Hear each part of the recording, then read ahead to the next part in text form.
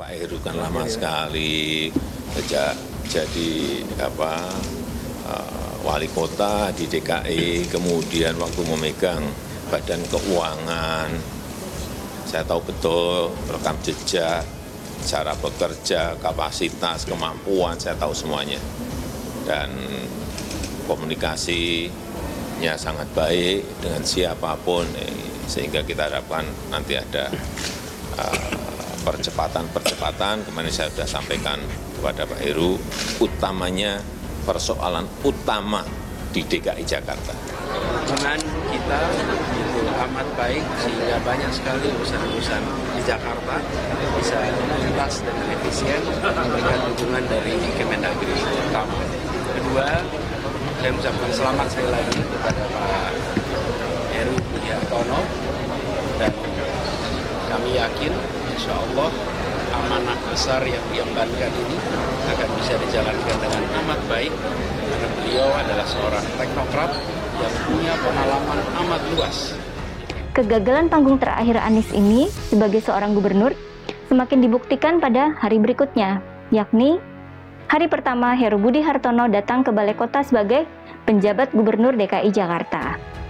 Hari Senin lalu ya, tanggal 17 Oktober. Heru Budi sampai di Balai Kota agak siang, usai menjalani pelantikan oleh Mendagri Tito Karnavian. Dan sambutan terhadap Heru Budi sangat meriah. Bak seorang Jokowi. Syukur alhamdulillah, hari ini Jakarta merdeka. Jakarta bebas dari politik identitas. Jakarta bebas dari cengkraman Firaun yang gagal. Jakarta bebas dari eksploitasi pencitraan, dari syahwat politik Anies yang ngebet pengen jadi capres.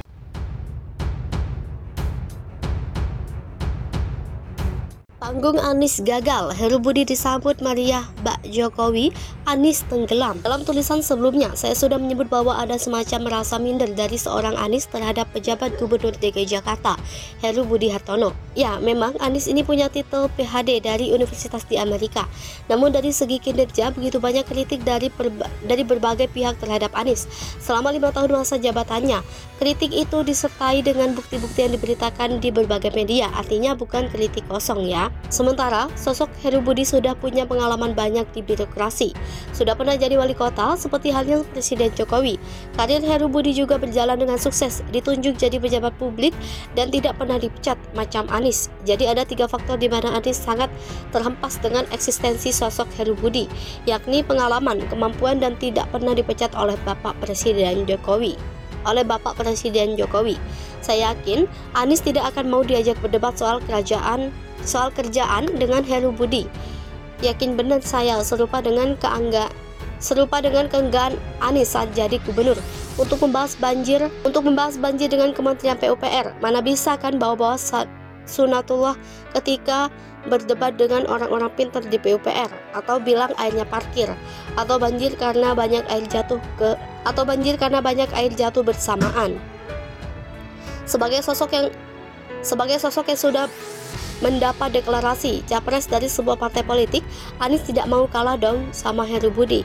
Dan panggung terakhir Anies sebagai Gubernur DKI Jakarta digelar pada hari terakhir jabatannya. Di sanalah Anies berharap banyak bahwa ada antusiasme masa yang bakal terekam berita kalau bisa 7 juta umat datang ke Balai Kota untuk melepas Anies, gitu kan. Namun yang terjadi justru sebaliknya. Memang suasana acara pelepasan Anies itu berlangsung ramai. Banyak massa yang datang untuk mengeluh-ngeluhkan Anies. Mungkin ada pula yang meneriaki Anies Presiden ya. Akan tetapi sehari sebelumnya ada info yang bocor, ketahuan bahwa para relawan pendukung Anies lah yang akan datang ke Balai Kota. Bahkan mereka menyiapkan sampai ribuan orang. Kedatangan ribuan relawan Anies sudah diketahui sehari sebelumnya, dan kemudian terbukti pada hari H ada liputan berita soal keberadaan para relawan Anies di acara pelepasan Anies itu. Padahal pihak yang paling berkepentingan adalah para warga Jakarta. Jadi kalau lebih banyak relawan Anies yang datang ke Balai Kota ketimbang warga Jakarta, artinya panggung itu gagal menunjukkan bahwa Anies ini adalah gubernur yang dicintai warganya, sesuai dengan beberapa hasil survei sebelumnya, di mana angka yang di mana angka yang tinggi adalah ketidakpuasan atas kinerja Anies. Kegagalan panggung terakhir Anies sebagai seorang gubernur ini semakin dibuktikan pada hari berikutnya, yakni hari pertama Heru Budi Hartono datang ke Balai Kota sebagai penjabat Gubernur DKI Jakarta. Hari Senin lalu ya, tanggal 17 Oktober, Heru Budi sampai di Balai Kota agak siang usai menjalani pelantikan oleh Mendagri Tito Karnavian, dan sambutan terhadap Heru Budi sangat meriah, baik bak seorang Jokowi. Sambutan meriah ini terekam di berbagai foto, video, dan berita media. Puluhan karangan bunga menyambut kedatangan Heru Budi di Balai Kota. Sejumlah pegawai atau ASN Pemprov DKI Jakarta bahkan menyambut Heru dengan spanduk selamat datang. Spanduk itu berisi kata-kata welcome home, selamat datang kembali pulang ke Balai Kota DKI, karena Heru Budi memang pernah bertugas di sini ya. Yel-yel sambutan juga terdengar baik dari ASN maupun dari warga yang hadir. Saya bacakannya dari kompas.com. Diberitakan teriakan mereka seperti Bapak pulang, Pak Heru pulang. Maksudnya, dan Pak Heru datang, rakyat kecil bahagia. Ditambah dengan berjubelnya warga dan ASN yang meminta foto selfie dengan Heru Budi. Itu panggung besar yang tercipta secara spontan buat Heru Budi, tanpa ada rencana-rencana, tanpa ada undangan, tanpa ada relawan. Mengingatkan kita pada meriahnya warga masyarakat menyambut Presiden Jokowi di berbagai daerah ketika beliau mengunjung ke sana. Ketika beliau berkunjung ke sana, dengan sendirinya kemeriahan ini mengaburkan memori publik bahwa sehari sebelumnya Anies menggelar acara pelepasan di tempat yang sama, yang sebenarnya juga ramai, banyak orang yang hadir disertai dengan yel-yel juga. Namun ketahuan bahwa yang hadir termasuk para relawan pendukung Anies Nyapres. Sementara yang menyambut Heru Budi adalah mereka yang benar-benar berkepentingan di DKI Jakarta. Ya, pegawai Pemprov DKI dan juga warga masyarakat. Heru Budi juga nggak lagi mau nyapreskan. Justru Heru Budi datang ke Balai Kota untuk mulai bekerja di sana. Heru Budi juga sudah menyampaikan ke media bahwa dia akan membuka kembali posko pengaduan